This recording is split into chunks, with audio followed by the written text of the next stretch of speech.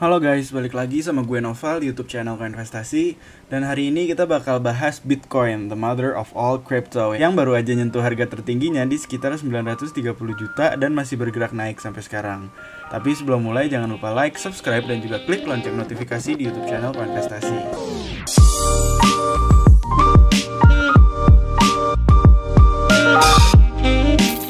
Nah langsung aja guys, jadi udah lama banget gak sih gak ngerasain Bitcoin tuh nyampe all time high atau harga tertinggi barunya. Nah jadi kita langsung lihat nih kenapa sebenarnya dia bisa nyampe harga tertinggi barunya kayak yang terjadi sekarang. Nah jadi gue mau highlight kalau misalnya di sini tuh ada dua sentimen positif utama yang mendorong harga Bitcoin naik sampai setinggi ini. Yang pertama tuh adalah pernyataan dari komisioner SEC atau Securities and Exchange Commission yang dari kemarin tuh sedikit bermasalah lah sama kripto, yang ngelarang XRP, yang juga mulai ngetes kripto lainnya, katanya ada yang beberapa ilegal. Nah tapi sekarang komisionernya Hester Peirce itu yang emang udah terlihat mendukung kripto lah dari awal-awal masa kepemimpinan Biden.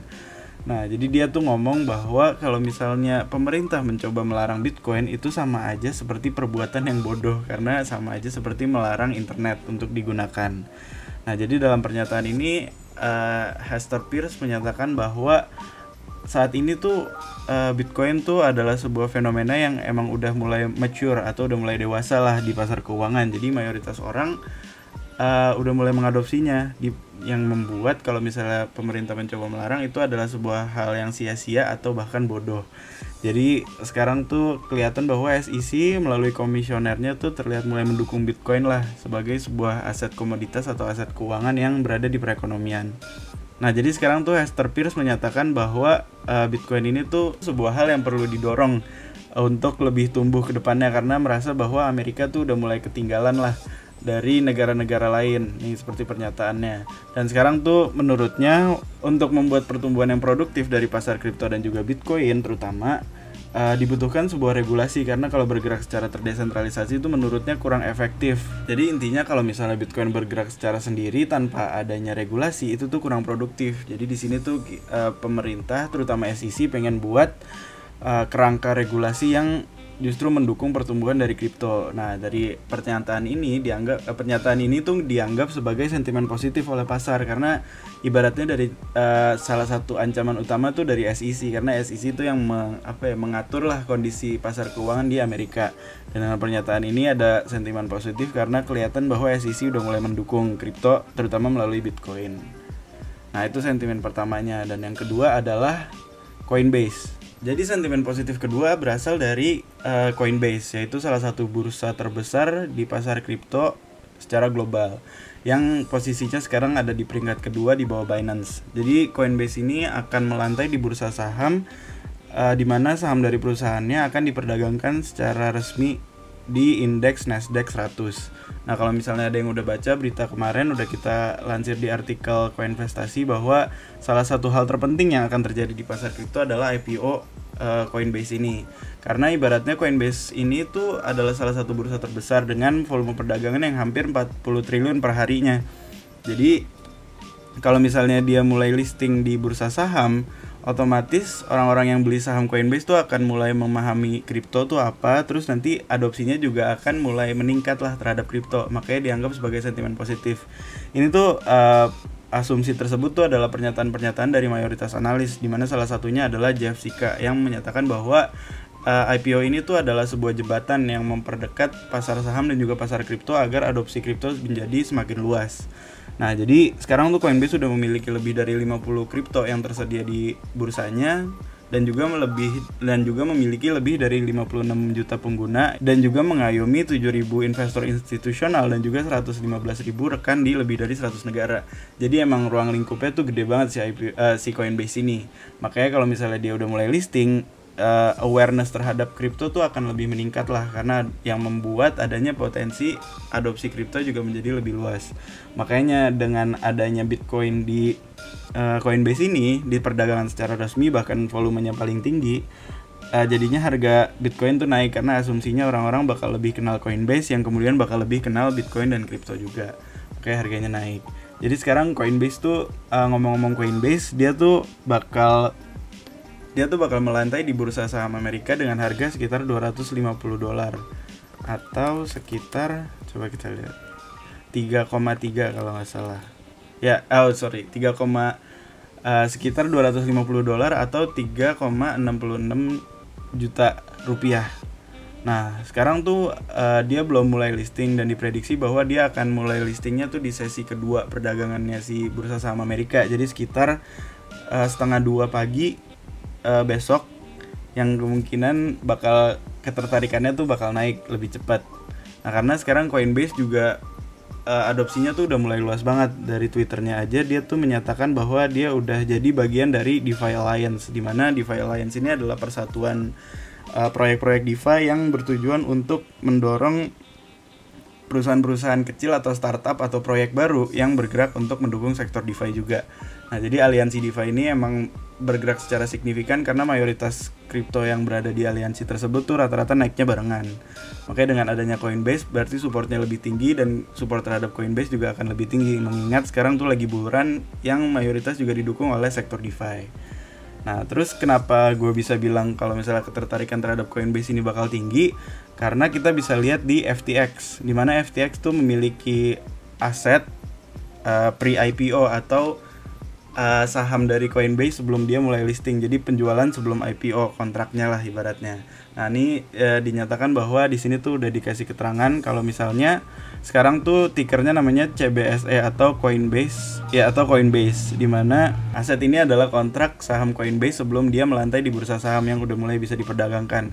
Nah, nanti tickernya dari saham Coinbase itu akan tertulis coin nih, COIN.